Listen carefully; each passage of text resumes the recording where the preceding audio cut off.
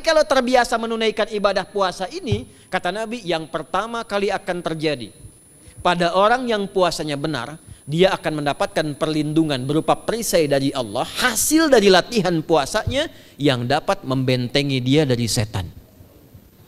Jadi ciri khas puasa Ramadan itu kalau sukses ditunaikan, itu akan terjauh dari godaan setan. Setan itu provokator yang memang hanya mengarahkan pada keburukan. Jadi dia nggak kenal benar. Lawannya malaikat. Malaikat gak kenal salah, Pak. Nah, supaya terbentengi dari itu semua, kata Nabi SAW, kita itu dihadiahi sekarang oleh Allah satu ibadah yang kalau dilakukan ibadah itu akan mengakumulasi ibadah-ibadah yang lainnya, yang saat bersamaan dahsyatnya ibadah ini bisa menghadirkan junnah, perisai yang membentengi dari setan. Karena itu ketika dilakukan ibadahnya, saat yang bersamaan bisa ditahan maksiatnya, ditingkatkan amal solehnya. Setan kan ngajaknya pada yang salah kan, malaikat ngajak pada yang soleh. Ramadan tuh keutamaannya kalau sudah tiba Ramadan itu selalu kita terdorong pada yang saleh dan tertahan untuk yang salah. Itu hebatnya puasa Ramadan. Kalau nggak percaya silahkan Pak Ibu sekalian. Cuman Ramadan yang saat datang waktunya bisa menghentikan orang berbuat maksiat. Nggak percaya cek. Orang yang punya sifat marah semarah-marahnya, itu saat Ramadan bisa berhenti marah. Buka jam 6 kurang seperempat ada yang provokasi.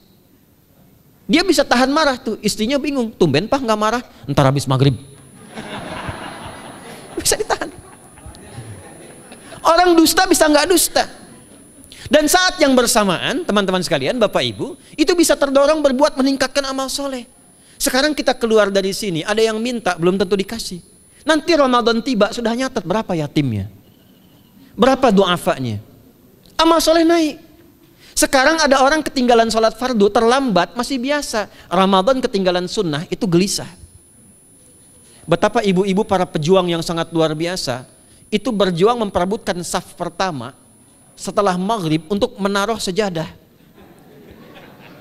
Nah, ini pelakunya nih. Tapi itu hebat Bu. Saya tanya ibu kalau berjuang naruh sejadah setelah maghrib atau bahkan sebelum maghrib, itu sejadah disimpan di saf itu untuk ngejar sholat apa? Tarawih, bukan isanya. Saya tanya pada ibu, tarawih itu hukumnya sunnah atau wajib? Sunnah. Ramadan tuh jangan kan yang fardu, ketinggalan sunnah bisa gelisah. Itulah Ramadan. Dan pada saat itulah ketika amal soleh dikerjakan, amal salah ditinggalkan, datanglah junnah, itu perisai yang mengikat setan. Itu yang dimaksudkan di hadis Muslim.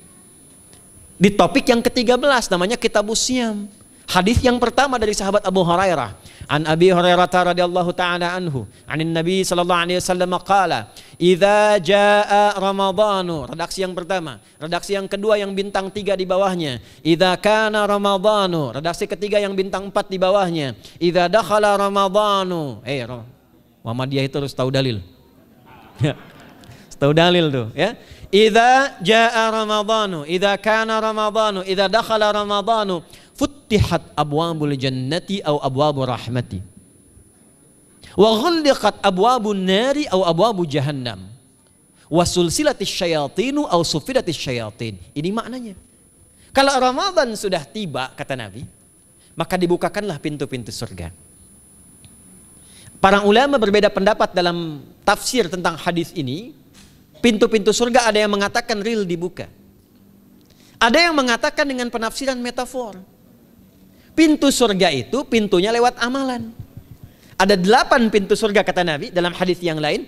Ya, fil jannati thamaniyatu abwabin, fiha babun yusamma ar-rayanu, la yadkhuluhu illa as-shaimun, fa idza dakhaluhu ughliqa. Di surga itu ada 8 pintu surga. 8 itu ternyata di hadis lain pintunya semua amal soleh. Ada pintu sholat, pintu puasa namanya ar-rayyan, ada pintu sedekah, pintu zakat, pintu haji. Jadi kita itu sekarang fastabiqul khairat. Kenapa ada moto fastabiqul khairat? Itu kan diambil dari Al-Baqarah ayat 148. Siapa yang pengen memburu surga, buru di amalannya. Mungkin gak semuanya bisa dikerjakan. Kalau tidak semuanya, ambil salah satu yang paling disukai, konsisten di situ. Walikulli wijhatun huwa muwalliha. Setiap orang pasti punya kecenderungan untuk beramal. Ada yang senang puasa, Ada yang senang tahajud, ada yang senang sedekah. Fastabiqul khairat, silahkan berburu, berlomba untuk mengerjakan apa yang disenangi itu. Itulah pintu surganya. Nah saat Ramadan, semua pintu surga itu dibuka Pak. Makanya kita senang kerjakan, sholatnya meningkat, sedekah meningkat, ngaji Quran meningkat. Saat yang bersamaan pintu neraka ditutup.